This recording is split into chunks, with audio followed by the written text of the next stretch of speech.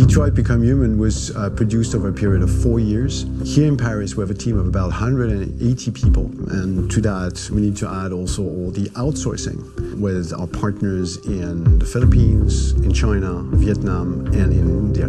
So when we started working on this story, I had to imagine where Kanał was built. And for whatever reason, the city of Detroit came very quickly to my mind because it had already an incredible story by itself full of history and themes. So we traveled there with the team and we were really moved by what we saw. And we could really feel the desire to fight and really be born again. And we just continued this curve, this growth, and just imagine what Detroit would be like if the Android industry was, using these huge factories to build androids there. A very strong element in Detroit is that there's a lot of industrial wasteland and a lot of nature too, and for us, the graphic designers, it was an incredible playground. The destroyed zones which we wanted to preserve, we appropriated them to turn into something else. Then in the areas that needed to be rebuilt, we were able to imagine our Detroit of the future. We didn't want to make a science fiction universe, but a world of anticipation.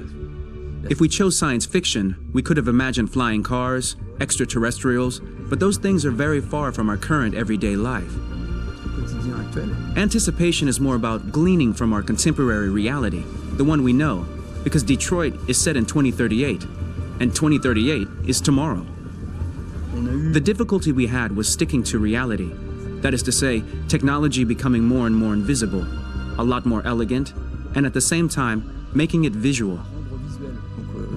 So all the computer equipment, autonomous cars, we simply had to invent. They are in fact very technological objects, but at the same time remain very credible and ingrained in reality. To create a cohesive universe in the fashion and clothing of the human characters in 2038, I didn't want to put an accent on strange shapes, or really vibrant colors, and things we wouldn't know. That I wanted to keep for the androids. The goal was to create something familiar which we can identify with in this future setting. Working on the artistic direction for the androids was a bit special because this is a project about the place they could occupy in the human world. It was out of the question for them to be too beautiful or too perfect. They had to correspond to every social class, rich and poor. Inspired by everyday utilitarian clothes, I brought a modern touch by adding dynamic display surfaces, the armband we can see on the side, the triangle on the front and back, an LED. Like that, there's no confusion. Wait. You're sending an android? All right, ma'am. We need to go. You can't do that. Why aren't you sending a real person? Once we cast the actors, we travel to meet them in order to scan their faces. We record the structure of their face with the scan. And we record the colors and patches of skin with photography. Once we have this information, we will use this as a basis for modeling and creating the characters. The artist will make it more realistic, but will also enrich it. He will propose ideas which we will develop together. Finally, we will have a character with character who corresponds to the project and the world. When the actors come to Quantic Dream, we show them the design, what their image will be, and what they will look like in the game. This extra information gives them another dimension and color to connect with emotionally. It helps them think about how to play their character. Your mission. That's all you care about, huh? You should consult a professional who can help you. Beat it, you hear me? Get the hell out of here! So there are 3 types of shoots at Quantic Dream. Shooting and performance capture, where you capture the whole actor, his voice, his face, and his body. These shoots are obviously done with American actors because the game's original version is in American English. After that, there are the body-only shoots, representing around 250 days of filming, while the performance capture is 100 days of filming. Now, body-only shoots, there are 2 types. There are the action shoots and the technical shoots, which are mokit shoots. Mokit is when the player controls a character on the screen, and he moves in an environment to explore it. This is of particular importance at Quantic Dream, and therefore we shoot a lot to offer a unique context for each scene and each character. To prepare a motion capture shoot, we first get together to look at the sets we need, the animations that we want to shoot, which ones need to be grouped together, or which ones need to be cut and shot at another time, so that we get the most out of the shooting day. This often means shooting scenes out of order, especially those with big props or accessories, like a big car, for example. So we shoot all the animations related to that particular prop first.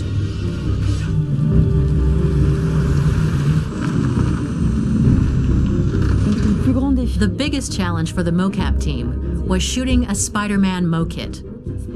We had to build a wall and attach an actor to a harness with cables so we could pull him up and render him climbing. The shooting on this game total took about, I would say, more than a year, between 1 and 2 years, with about 300 actors on set. So I would say it's quite a massive production. But so much happened on this set between the stunts and the shootings with a little girl and all these great actors that we had. It was really a very, very memorable journey for the team and for myself. Today, Detroit has over 37,000 animations. When we retrieve the motion capture data, it's just a cloud of points, which represent all the markers worn by the actors. From this cloud of points, we have a phase called retargeting, which gives us a skeleton. This skeleton will be applied to the characters of the game. There is still work to be done, but this gives us the main movements. Since we are working on something very realistic, we must recognize the actor and also recover all the emotion he expresses in his performance. We use a system of facts, an identity card for each actor. We make the actor do a whole range of facial expressions. Then we recover all the expressions and paste the animations on a puppet that Jan has prepared. I then recover and refine these poses. I might stretch the lip, reinflate a cheek, tiny details that make the finished product really capture the actor. Because of the nature of our mocap system today, when we receive the animations, we're missing eye movements, and so the character has that dead look. He really has no eyes, so then it's a big part of the work for the animators to find the regard of the actor in relation to his position, in relation to the body, etc. It was crazy when I saw the newest model for Kara, because they've been working on it, and this was the first time I literally jumped in my seat. It not only looked so much like me, it was the fact that it looked so lifelike. It wasn't that it looked just like it was a camera, it was something else, you know, but it looked alive.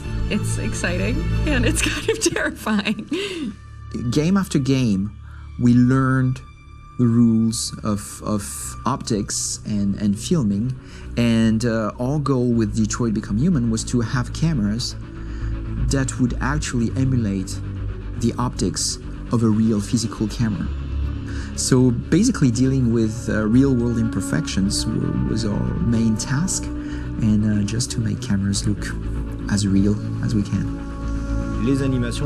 Once the animations are shot and processed by the animation department, integrated and polished, we film them. That is to say, we really do a mise en scène, as in cinema.